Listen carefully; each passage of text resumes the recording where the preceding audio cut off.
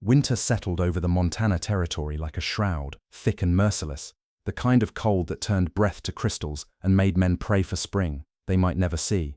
The year was 1887, and the frontier still carved its harsh lessons into the bones of those foolish enough to call it home. In the shadow of the Bitterroot Mountains, where the wind howled secrets through the pines and the snow fell like judgment, a story was about to unfold that would stain the pristine white with something darker than any blizzard could cover. Jake Mercer had always been a man who preferred the company of cattle to people, the silence of the range to the noise of towns. His ranch sat like a fortress against the wilderness, modest but strong, weathered by seasons that had tested both wood and the man who built it. The cabin was simple, one room with a stone fireplace that threw dancing shadows across log walls, a place where loneliness had learned to make itself comfortable. Outside, the barn stood solid against the elements, and the fence lines stretched toward horizons that seemed to promise nothing but more of the same. But Jake had chosen this life, or perhaps it had chosen him. After the war, after watching too many good men fall into mud that drank their blood like wine, he had ridden west with nothing but a horse, a rifle, and a heart that had forgotten how to trust in tomorrow. The ranch became his sanctuary, the cattle his congregation, and the endless sky his only confidant. He worked the land with steady hands and a quiet determination that spoke of a man who had made peace with solitude.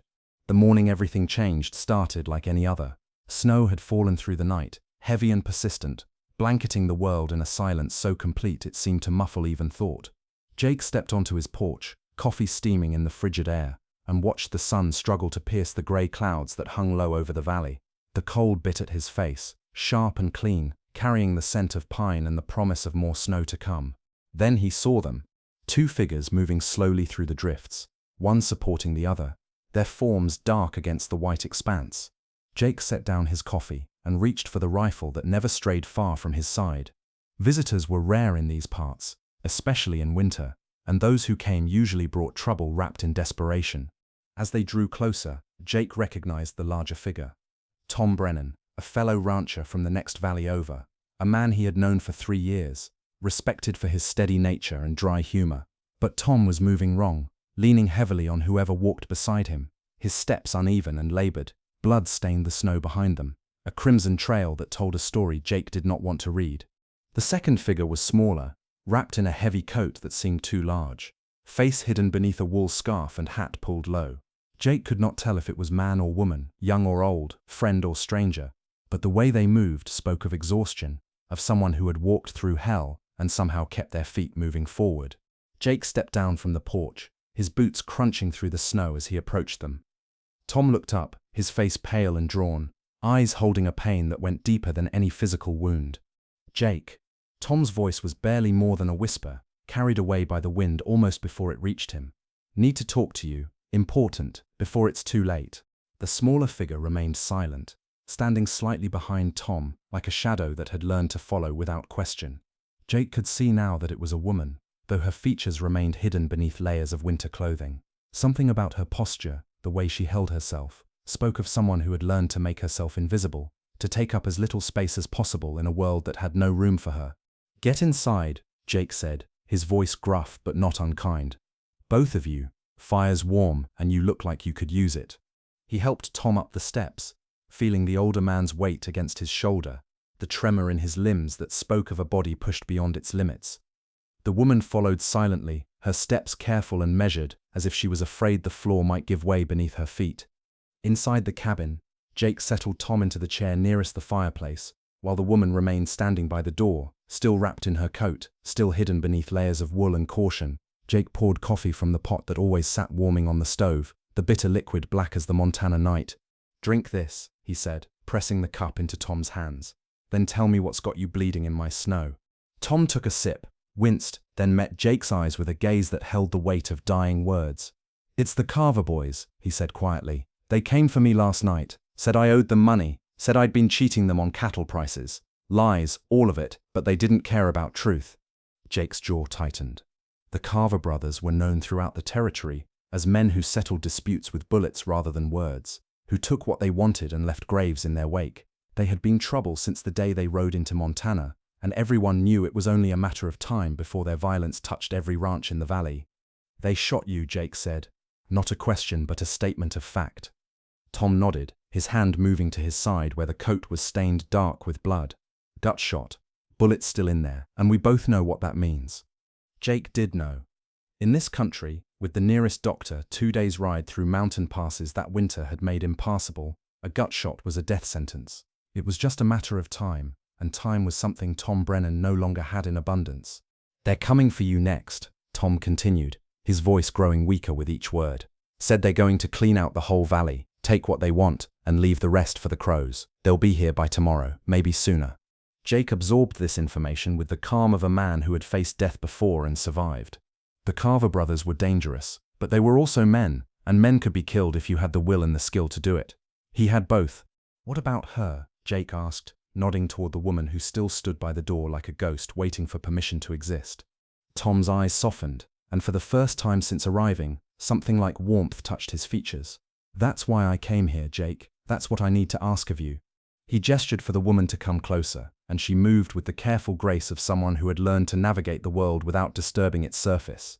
When she reached Tom's chair, he took her hand in his, and Jake saw the gentleness in the gesture, the protective instinct that even dying could not diminish. "This is Elena," Tom said, his voice carrying a tenderness that spoke of deep affection. "She's been with me for 2 years now, came to me when she had nowhere else to go. She's good, Jake, pure heart, strong hands, and a spirit that hasn't been broken despite everything this world has thrown at her."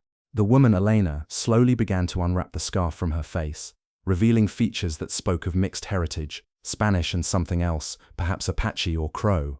Her skin was bronze, her eyes dark and deep, holding secrets that would take a lifetime to uncover. She was beautiful in the way that wildflowers are beautiful, not delicate but resilient, shaped by harsh conditions into something that could survive where others would wither. "She's not my wife," Tom continued, his words careful and deliberate. "Never was, though I would have been honored if she'd had me. She's free, Jake, free to choose her own path, to make her own decisions, but she's also alone, and in this country, alone means dead." Jake looked at Elena, saw the way she stood with quiet dignity despite the fear that flickered in her eyes. She met his gaze steadily, neither challenging nor submissive, simply present in the way that survivors learn to be. "The Carvers," Tom went on, his breathing becoming more labored.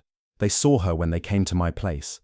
Saw the way she moved, the way she looked, and they made it clear what they planned to do with her after they finished with me." Jake felt something cold settle in his stomach, colder than the Montana winter, colder than the grave that was waiting for Tom Brennan. He had seen what men like the Carvers did to women who had no protection, no family to avenge them. It was a cruelty that went beyond killing, a violation that stained the soul of anyone who witnessed it. "What are you asking me, Tom?" Jake said, though he already knew the answer, could feel it building in the space between them like a storm gathering strength. Tom's grip tightened on Elena's hand, and she moved closer to him, her free hand touching his shoulder with a gentleness that spoke of deep affection, of someone who had learned to give comfort even when her own world was crumbling. "I'm asking you to take her," Tom said, his voice barely a whisper now. "Take her as your wife. Give her your name, your protection. She's good, Jake. She can cook, she can tend animals, she can work harder than any man I've ever known. But more than that, she's got a light in her that this world needs, a kindness that shouldn't be snuffed out by men like the Carvers." Jake stared at Tom, then at Elena, feeling the weight of the request settle on his shoulders like a yoke. He had lived alone for so long, had convinced himself that solitude was not just preferable, but necessary. The idea of sharing his life, his space, his carefully constructed peace with another person seemed impossible. But as he looked at Elena, saw the quiet strength in her posture, the way she held herself with dignity, despite the terror that must be racing through her mind, he felt something shift inside him. It was not love, not yet, but it was recognition, the recognition of one survivor looking at another, of someone who understood what it meant to endure when endurance was all that remained. "Elena," Jake said, his voice gentle but firm. "What do you want? This is your choice to make, not mine, not Tom's. You're not property to be passed from one man to another. You're a person, and you get to decide your own fate." She looked at him for a long moment, her dark eyes searching his face, as if trying to read the truth written there. When she spoke, her voice was soft but clear, carrying the slight accent that marked her heritage. "I want to live," she said simply. "I want to wake up tomorrow and the day after that without fear. If you will have me, if you will protect me, then I will be grateful. I will be a good wife to you, Mr. Mercer. I will earn my place in your home and in your life." Jake felt something break open inside him, some wall he had built around his heart after the war, after too many losses, after too much pain. It was not love, not yet, but it was the possibility of love, the chance that maybe, just maybe, he did not have to face the rest of his life alone. Then it's settled, he said, his voice steady despite the turmoil in his chest. We'll be married, Elena. Today, if that's what you want. Tom can speak the words, and we'll make it official. Tom smiled. The first genuine smile Jake had seen from him since he had arrived. I was hoping you'd say that, he said. I've got the papers already drawn up, had them ready just in case. All we need is to say the words and sign the documents. As the wind howled outside and the snow continued to fall, Jake Mercer prepared to take on a responsibility he had never imagined, to become a husband to a woman he barely knew, to stand between her and the darkness that was coming for them both. The blood on the snow was just the beginning. The ceremony was unlike anything Jake had ever imagined for himself. No church bells, no gathered families, no white dress or celebration. Just 3 people huddled around a dying fire while the Montana wind screamed its fury against the cabin walls. Tom's hands shook as he opened the worn leather portfolio, revealing documents that looked official enough to satisfy the territorial government, assuming any of them lived long enough to file them. Before we do this, Tom said, his voice growing weaker with each word, there's something else you need to know, Jake. Something about why the carvers really came for me. Jake looked up from where he was adding wood to the fire, his movements careful and deliberate. Elena stood beside the table, her coat finally removed, revealing a simple brown dress that had seen better days but was clean and mended with precise stitches. She was smaller than he had first thought, but there was a strength in her posture that spoke of someone who had learned to bend without breaking. They weren't just after money, Tom continued, they were after her. Elena's got a past, Jake. A past that's been chasing her across 3 territories, and now it's caught up to all of us. Elena's face went pale, but she did not look away. Instead, she lifted her chin and met Jake's gaze directly. My real name is Elena Vasquez, she said quietly. 2 years ago, I was married to a man named Carlos Vasquez in New Mexico. He was not a good man, Mr. Mercer. He sold information to Apache raiders, told them which ranches were undefended, which families had money worth taking. Jake felt his blood chill. Apache raids had terrorized the Southwest for years, leaving burned homesteads and mass graves in their wake. The idea that a white man would collaborate with raiders for profit was beyond comprehension.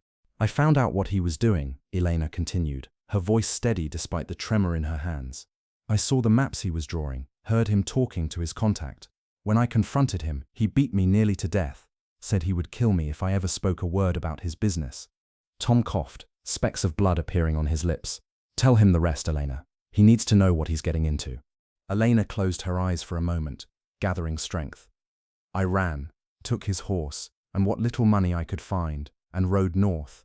But before I left, I went to the territorial marshal. I told him everything I knew about Carlos, about the raids, about the families that had died because of his betrayal. Jake's jaw tightened. And? They hanged him, Elena said simply. Carlos and 3 of his men. Public execution in Santa Fe. But Carlos had friends. Mr. Mercer, men who blamed me for his death, who said I was the one who betrayed him instead of the other way around. The carvers, Jake said, understanding beginning to dawn. Tom nodded weakly. Distant cousins of Carlos. They've been hunting her ever since, following her trail north. They found out she was with me, and they came to collect what they called a blood debt. Elena's voice was barely above a whisper. They said they would make me pay for what I did to their family. They said they would make me wish I had died with him. Jake stood slowly, his mind racing. This changed everything. Marriage would not just be about protection from random violence. It would be about standing against men who had made killing Elena their personal mission. Men who would not stop, who would not be reasoned with, who would keep coming until either they were dead or she was. You should know, Elena said, her voice gaining strength, that I am not sorry for what I did. Carlos was evil, and the world is better without him. But I understand if this is too much danger for you to take on. I can leave, find another way. Jake looked at her, this woman who had risked everything to stop a monster, who had survived pursuit across hundreds of miles of hostile territory, who now stood ready to walk back into that danger rather than put him at risk. The war had shown him many kinds of courage, but this quiet, determined bravery was something different altogether. No, he said firmly, you're not leaving, we're getting married, just like we planned. Tom smiled through his pain. I knew you were a good man, Jake Mercer. Knew it from the first day I met you. The vows were simple, spoken in voices that competed with the wind outside. Tom recited words from memory, his voice growing fainter with each sentence. Jake repeated them, his own voice steady and sure, while Elena's responses came soft but clear. There were no rings, no flowers, no music except the howling of the storm, but there was something else, something that grew in the space between them as they spoke the ancient words that bound one life to another. When it was done, Tom signed the papers with a shaking hand, then passed them to Jake and Elena. Their signatures looked strange together on the official document. Two names that had never shared a page before this moment, now legally and spiritually united. "There's one more thing," Tom said, reaching into his coat with effort. He pulled out a small wooden box worn smooth by years of handling. "This was my mother's. She gave it to me before she died, said it was for the woman I married. I never found that woman, but I'd like Elena to have it." Elena opened the box with trembling fingers. Inside was a simple gold band, tarnished with age but still beautiful. She slipped it onto her finger, and it fit as if it had been made for her. "Thank you," she whispered, tears threatening to spill from her eyes, "for everything." Tom nodded, then looked at Jake with eyes that held the weight of final words. "Take care of her, Jake. She's been through hell and come out the other side still believing in goodness. Don't let this world kill that in her." "I won't," Jake promised, and meant it. As if summoned by the completion of the ceremony, the wind outside began to calm. The howling that had provided soundtrack to their vows faded to a whisper, and in the new quiet, they could hear something else. The distant sound of horses, moving through snow, coming closer.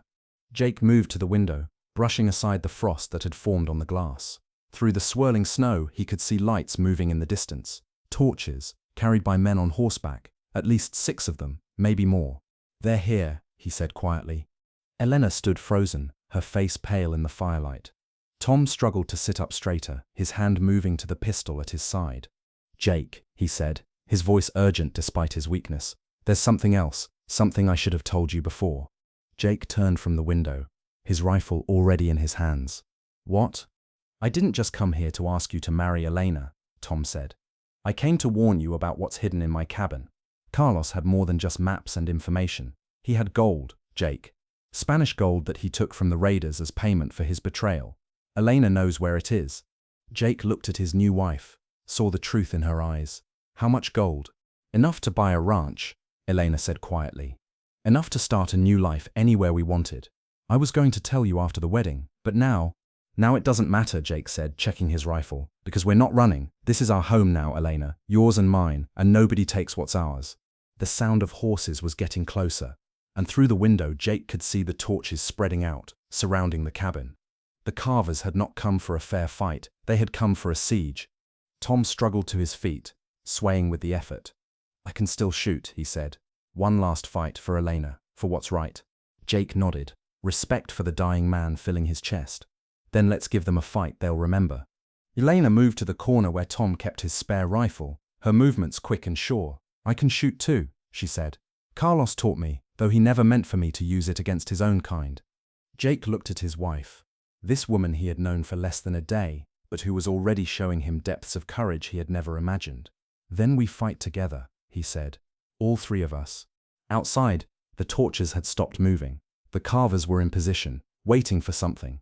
In the silence that followed, Jake could hear voices, low and planning. They were taking their time, confident in their numbers, certain of their victory.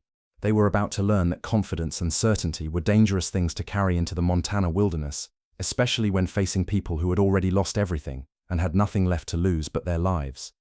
The blood on the snow was about to get company. A voice called out from the darkness, rough and commanding, carrying the authority of men who had never been told no and lived to regret it. "Tom Brennan, we know you're in there, old man. Come out and face what's coming to you, and maybe we'll make it quick." Jake positioned himself at the window, rifle barrel resting on the sill.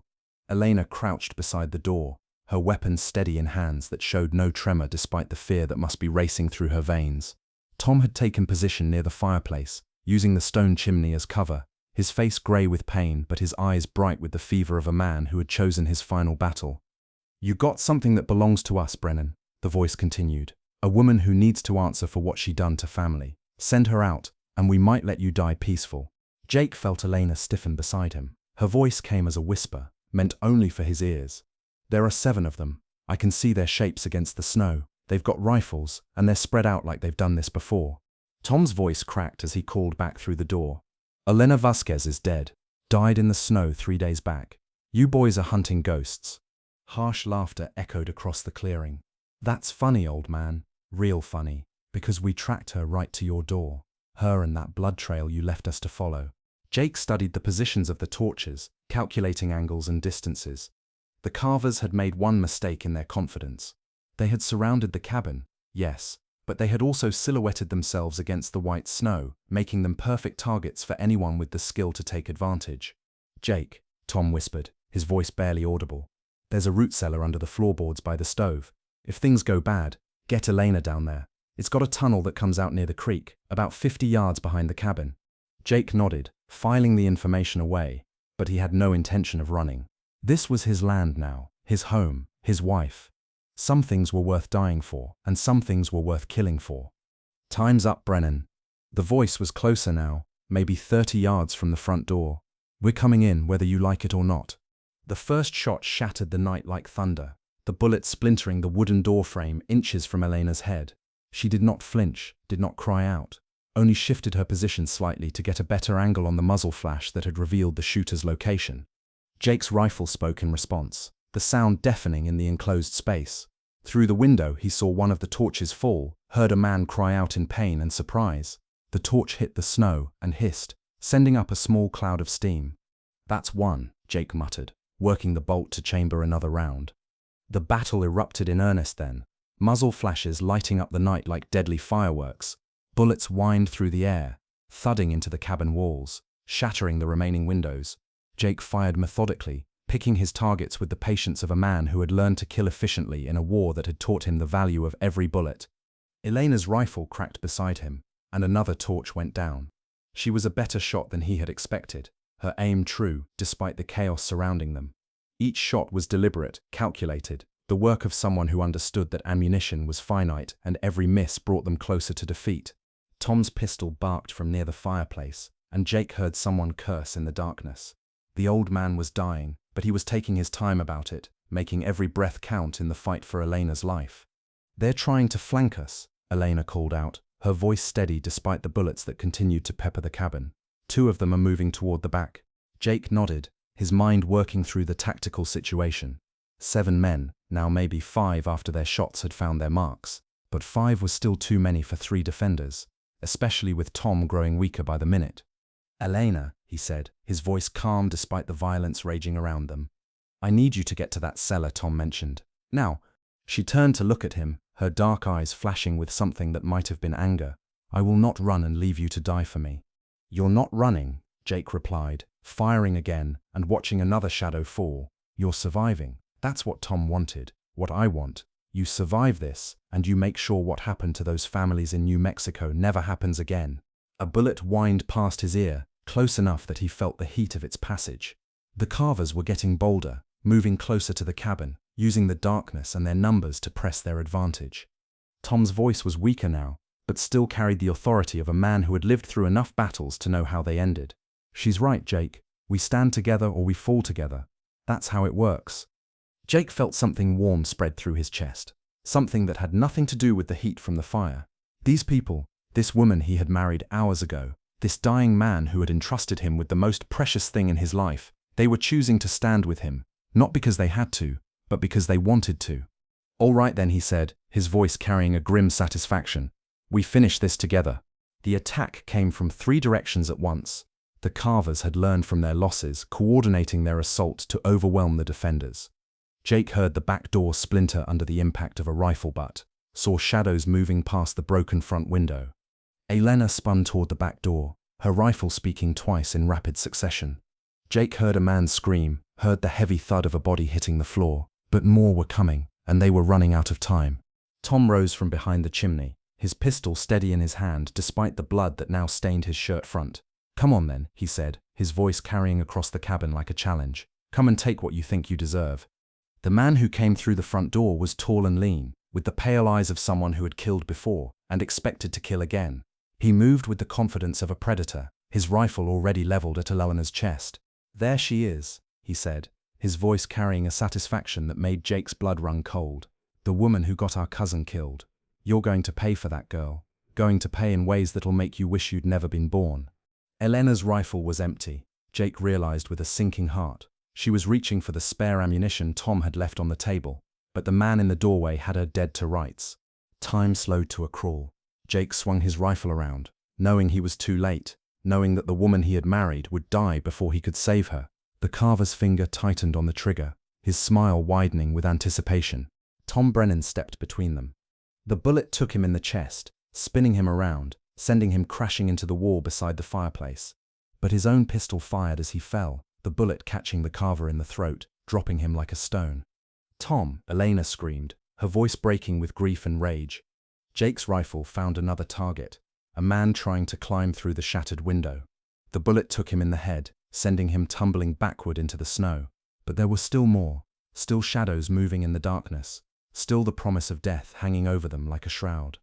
Elena had reloaded her rifle, her movements swift and sure despite the tears that streamed down her face. She fired at a muzzle flash near the barn, heard a man cry out in pain, but Jake could see it in her eyes, the same thing he felt in his own heart. They were losing this fight, one bullet at a time. Tom lay crumpled against the wall, his breathing shallow and rapid, but his eyes were still open, still aware, still fighting. "The gold," he whispered, his voice barely audible above the sound of gunfire. "In my cabin, hidden under the floorboards in the kitchen. Take it and run, both of you. Live the life Elena deserves." Jake fired again, his bullet finding its mark in the darkness. But he was down to his last few rounds, and Elena was no better off. The carvers had patience now, had learned to use the night and their numbers to their advantage. "We're not leaving you," Elena said, her voice fierce with determination. "We're not leaving anyone behind." Tom smiled, blood foaming at the corners of his mouth. "You already saved me," he said. "Both of you gave me something worth dying for." The next assault came with desperate fury. The remaining carvers, maybe 3 of them now, rushed the cabin from different directions. Jake met one at the window, his rifle butt crushing the man's skull. Elena's blade found another as he tried to come through the back door, her kitchen knife sliding between his ribs with surgical precision. But the third man made it inside, his rifle trained on Jake's chest. For a moment the cabin fell silent except for the sound of heavy breathing and the crackle of the fire. Jake stared down the barrel of the rifle, seeing his own death reflected in the metal. "Should have minded your own business," the man said, his voice carrying the finality of judgment. "Should have let us take what was ours."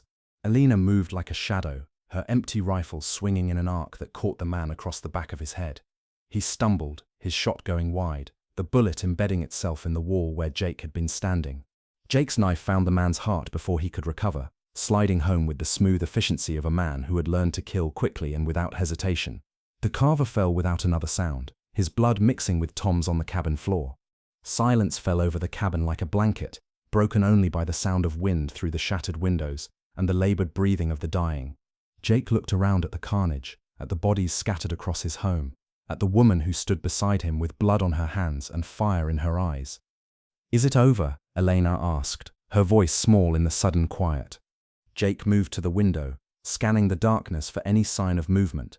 The torches lay scattered in the snow, most of them extinguished, their light replaced by the cold gleam of stars. He counted the bodies, both inside and outside the cabin, and nodded slowly. "It's over," he said. Elena dropped her rifle and ran to where Tom lay against the wall. She knelt beside him, taking his hand in hers, her tears falling freely now. "Tom," she whispered. The old rancher's eyes focused on her face, and his grip tightened weakly around her fingers. "You did good, girl," he said, his voice growing fainter with each word. "Both of you did good, made me proud." Jake knelt on Tom's other side, his hand resting on the dying man's shoulder. "Thank you," he said simply, "for everything." Tom's eyes moved to Jake's face, and for a moment the pain seemed to fade from his expression. "Take care of her," he said. "She's got enough love in her heart to heal this whole territory, if you let her." Jake nodded, his throat tight with emotion. "I will." Tom's breathing grew shallower, more labored, but his eyes remained clear, focused on the 2 people who had become his family in the final hours of his life. "The gold," he whispered. "Use it to build something good, something that'll last." Elena squeezed his hand, her voice breaking. "We will, I promise." Tom Brennan smiled one last time, then closed his eyes and let the long winter night claim him. The silence that followed was deeper than any Jake had ever known. It was the silence of endings, of debts paid in blood, of a chapter closing in the harsh book of frontier justice. But it was also the silence of beginnings, of 2 people who had found each other in the darkness and chosen to stand together against whatever came next. Elena wept quietly, her tears falling on Tom's still hand. Jake stood slowly, his body aching from the fight, his mind already turning to the practical matters that would follow: bodies to bury, blood to clean, a life to rebuild from the ashes of violence. But first, there was his wife to comfort, and a promise to keep to a dead man who had given them both more than they had ever dared to hope for. The snow continued to fall outside, covering the blood and the bodies, beginning the long work of making the world clean again. But inside the cabin, by the light of a fire that refused to die, Jake Mercer held his wife while she grieved and planned for a future that had been bought with courage and paid for with blood. The worst was over, the rest would be up to them.